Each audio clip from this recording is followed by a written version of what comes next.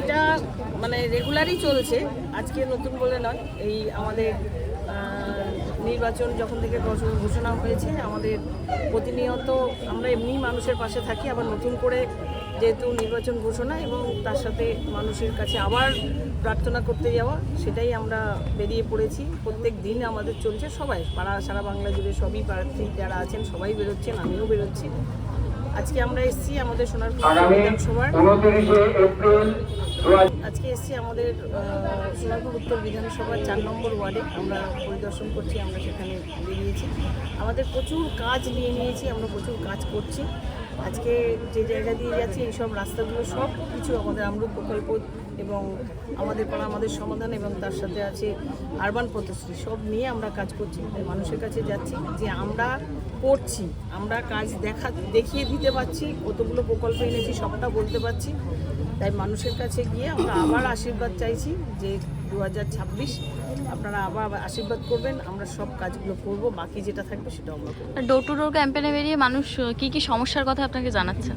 সমস্যা জানানোর থেকে বড় কথা আমরা নিজেরাই সমস্যাগুলো জানি, কারণ এতদিন ধরে আমরা এলাকায় আছি, মানুষের সাথে প্রতিনিয়ত আমাদের যোগাযোগ, আমরা কোথায় কোন জায়গায় কি সমস্যা আমরা সেগুলো জানি। আমরা সেইগুলো মানে মাথায় রেখেই আমরা কাজ শুরু করে দিয়েছি সেই সব এলাকায়। তো আমাদের সেই সব কাজগুলো চলছে। সবথেকে বড় সমস্যা ছিল 34 বছরের মানুষ জল পেত না, সেই পানীয় জলের সমস্যা আমরা সমাধান করেছি। এটা মানুষ কিন্তু খুব খুশি, সব বাড়িতে জল যাচ্ছে। আমরা সেটাই জিজ্ঞাসা করছি যে জল ঠিকঠাক সময় ঠিক পৌঁছাচ্ছে কিনা। তা আমরা জলের প্রকল্প একটা সার্বিকভাবে মানুষকে দিয়েছি, মানুষ খুশি। এবং আমাদের সার্বিকভাবে একটা ড্রেনেজ সিস্টেমের দরকার, আমরা কিছু কিছু জায়গায় পাট করে কাজ করেছি, সার্বিকভাবে আমরা ড্রেনেজ করব। আর রাস্তাটা সবসময় চলতে থাকে। বাংলার মাননীয় মুখ্যমন্ত্রী মমতা বন্দ্যোপাধ্যায়, বাংলার প্রিয় সেনাপতি মাননীয় অভিষেক বন্দ্যোপাধ্যায় সব সময়ের জন্য প্রকল্প দিচ্ছেন, সব সময়ের জন্য কাজ চলছে। বাকিগুলো আমাদের সবটাই চলবে, সব প্রকল্পগুলো। আর পৌরসভার পক্ষ থেকে আমাদের বেশ কিছু আলাদাভাবে আমরা কাজ করে যাই।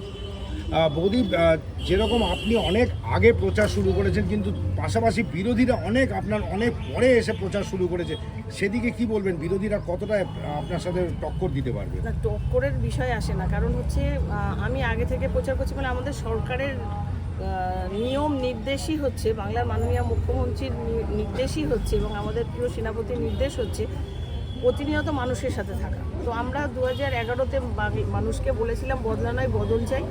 আমরা তো সেই বদলগুলো করছি। সেই বদলের একটা পার্ট মানুষের সাথে জনপ্রতিনিধির একটা নিবিড় সম্পর্ক, সেই নিবিড় সম্পর্কটা আমরা প্রতিনিয়ত করে যাই।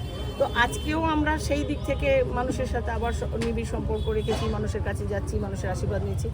বিরোধীদের কাজ হচ্ছে তারা তাদের মতো করে শুধু ভোট প্রচারে আসা, বাকিটা তারা কাজ করে না, তাদের কোনো প্রকল্প নেই। আমরা যখন যেখানে যাই, যে কোনো মানুষের কাছে গিয়ে বলি যে দিদি আমরা এই কাজটা করেছি, এই প্রকল্পটা আবার আনবো, কিন্তু বিরোধীরা তো সেটা বলতে পারে না কোন প্রকল্প আছে, কোন প্রকল্প তারা করবে, তাদের কিছু ইশতেহার কিছু নেই। নতুন করে শুধু করব, এখন মানুষ কোনো কিছু পায়নি, করব। তো সেই জন্য আবার মানুষের কাছে তারা তাদের সময় মতো আসছে, তারা যখন সময় পায় তখন আসে। আমাদের 365 দিন মানুষের কাছে আসতে হয়। কিন্তু বিরোধীরা বলছে, যেরকম মমতা ব্যানার্জি বলেছিল বদলা নয় বদল চাই, কিন্তু বিরোধীরা বলছে বদলও হবে বদলাও হবে।